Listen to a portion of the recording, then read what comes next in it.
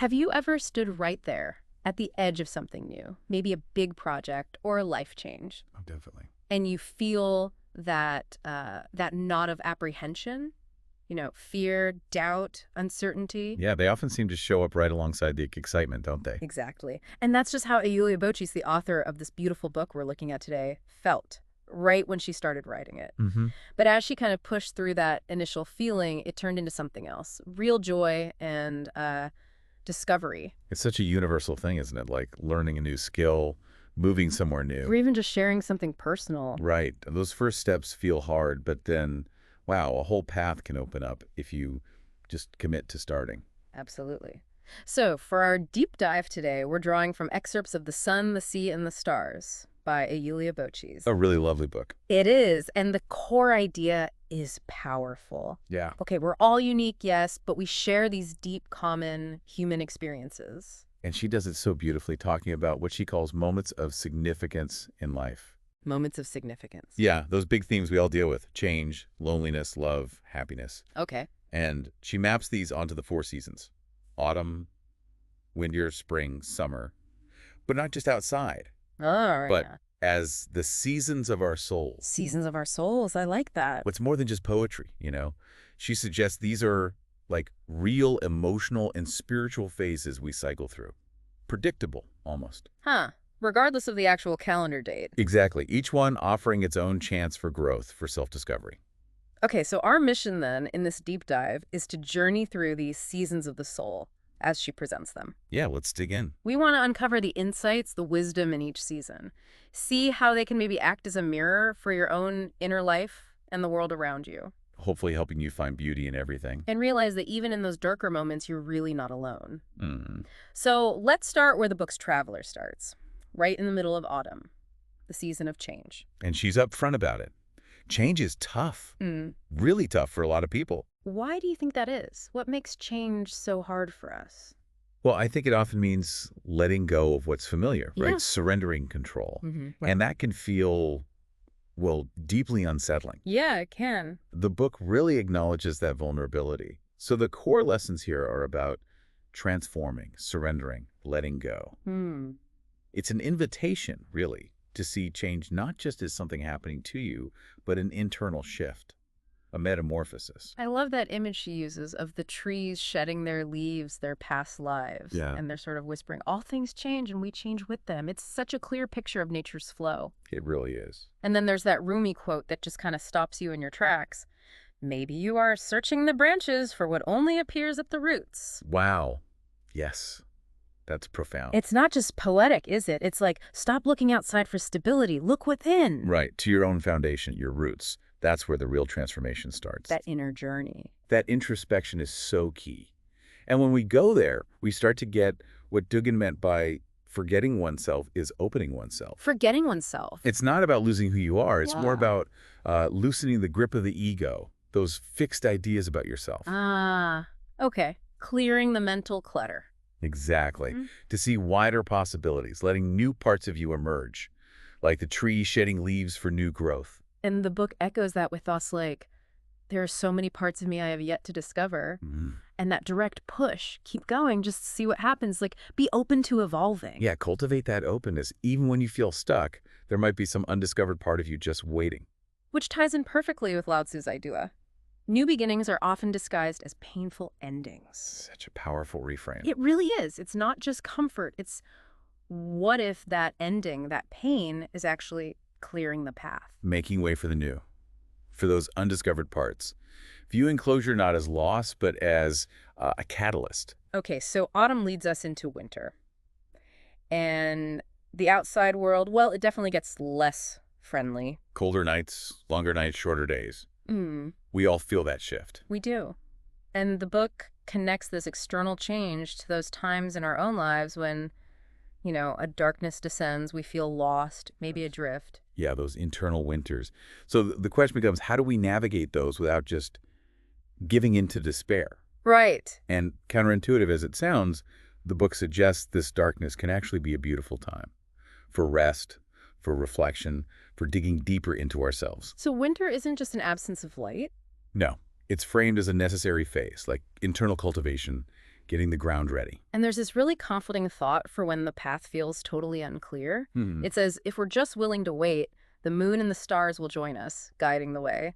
That's a lovely image. Solace, companionship, even when you feel alone. Exactly. It speaks to that paradox. The darkest night reveals the brightest stars.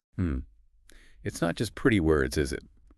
It suggests clarity often comes when the usual distractions fall away. Yeah. And Rumi echoes that. What you seek is seeking you. It's like maybe the answers or changes we want are also drawing us towards them, guiding us inward during these darker times. The book also hits on a truth. Sometimes the path leads you away from others and closer to yourself. That could be tough, but necessary. And it says, the price of solitude is learning who you are. So being alone isn't necessarily bad? No, not at all. It can be this crucible for self-discovery. The book almost redefines solitude not as absence, but as presence, a focused time with yourself. Presence. I like that. And Hafiz captures this inner illumination. A awake heart is like a sky that pours light. Wow. Meaning the inner work lights us up from within. And then Baijui's line, who says the moon has no heart? 1,000 long miles it has followed me.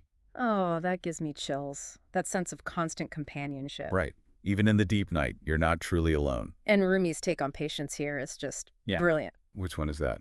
Patience is not sitting and waiting. Patience is foreseeing. It is looking at the thorn and seeing the rose, looking at the night and seeing the day. Ah, yes. Active patience. Hopeful. Seeing the potential future in the difficult present. It's foresight, isn't it? Yeah. Holding on to that belief that transformation is happening, even if you can't see it yet. Yeah. This season also brings that tough realization. Not everything is meant to last forever. Oof. Yeah. And it gives permission, crucially, saying it's okay to be sad after making the right decision. That's important. It validates those complex feelings, that bittersweetness of letting go. Absolutely. But as we move through this symbolic winter, there's this really empowering thought to carry. A time of darkness is a time of approaching light. The light is on its way to meet you. Darkness isn't the end. It's just a pause before renewal. A fertile pause. Which leads us right into spring. Winter melts away, and there's this gentle light, this undeniable hope infusing everything. It's such a shift in energy, isn't it? Inside and out. Totally. And the metaphor of blooming flowers is so central here. Right, that we're all like flowers. And we actually need winter, that darkness, tending to our roots to really bloom in spring, to turn toward the light. It's a call to celebrate the strength that got us through the hard times, that quiet strength. Yes, which connects beautifully to those Zen proverbs in the book. Huh. All the flowers of all the tomorrows are in the seeds of today, and no seed ever sees the flower. Ah, emphasizing that long game, trusting the process. Exactly. And the need to be patient with yourself. It stresses that our efforts now are building that future bloom, even if we can't see the end result. And that Hafiz wish is just. It resonates so deeply.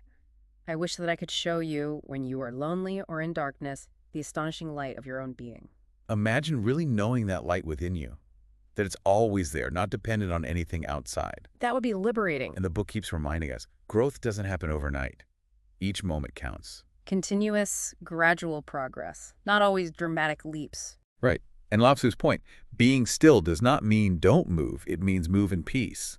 Okay, so inner calm while taking action. Yeah. Growing without all that frantic energy. Moving forward peacefully. So every step, every challenge, every lesson, it all helped bring you here. And the book really encourages celebrating that strength. Today is a great day to be proud of how far you have come. It's vital to pause and acknowledge that progress, isn't it? Even the unseen progress. Definitely. And Rumi, again, with that shift in perspective. Yesterday I was clever, so I wanted to change the world. Today I am wise, so I am changing myself. Ah, the inward turn. Focusing on personal transformation, not controlling the external. Realizing change starts within. Yeah. And there's another Zen proverb urging us to just relax. The future is already unfolding from long-planted seeds. Surrender to the natural unfolding. Pretty much. Let it happen. And ending the season with that thought. May I always remember how long I have dreamed of where I am now. Appreciating the present. The culmination of everything that came before. Yeah. Such a grounding thought. So this whole journey change, darkness, hope, it leads us finally to this endless seashore filled with light and peace. That's summer in the book. It feels like arrival, but also something new starting again. Exactly. And here's where we get that powerful idea. Inside our hearts, it can always be summer. The choice. Yes. Realizing we have this internal capacity to choose sunshine, choose warmth, no matter what's happening outside. That feels like the culmination of all the other seasons' lessons, finding that inner control. It really is. And the book points out the farther we travel through these inner seasons, the more we realize one core truth. We always have ourselves. And that leads to deeper self-understanding and eventually real self-love. That's such a powerful takeaway. Freeing, really. And what's interesting here is how summer highlights finding direction even in chaos. Like the quote, "Sometimes in the waves of change, we find our true direction." Okay, embracing the waves, not fighting them. And embracing your unique path, too. Don't worry if your path looks different. Go your own way, even if you go alone. It's not about being isolated, but about being authentic, trusting your journey. Right. Because as it reminds us, progress is not linear. So true. Detours, setbacks, they're all part of it. Exactly. And Omar Khayyam brings us right back to the present. Be thankful for this moment. This moment is your life. Really emphasizes the preciousness of right now. And that gratitude, the book says, can be revolutionary. A grateful heart is a magnet for miracles. Wow. It connects to that profound self-knowledge, like Izumi Shikibu finding herself completely while watching the moon. I knew myself completely, no part left out. That speaks to the vastness inside us, doesn't it? My body is home to an infinite universe. Boundless potential. Hidden wisdom within. And Rumi, one last time, brings it back to inner reflection. Let the water settle and you will see the moon and the stars reflected in your own being. Beautiful. Quieting the noise to find the universe inside. So if we connect all these dots, it leads to that ultimate understanding.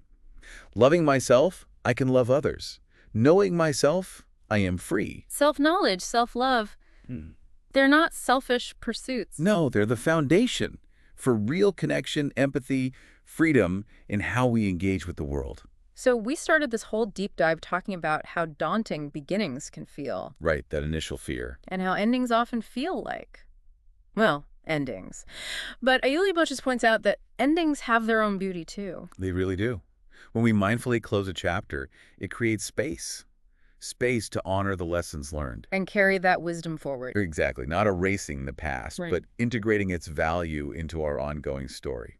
And Iulia Bochis leaves us with this really lovely hope that you'll finish her book and maybe finish listening to us today with a smile, taking a little ray of sunshine from these ideas into your own journey, knowing that wisdom is always there when you need it. That's a beautiful thought. It's quite a journey through these seasons of the soul, hasn't it? Autumn's change, winter's reflection, spring's hope, summer's inner sunshine. Definitely extracted some timeless wisdom. Not just poetry, but practical ways to look at life cycles. Agreed.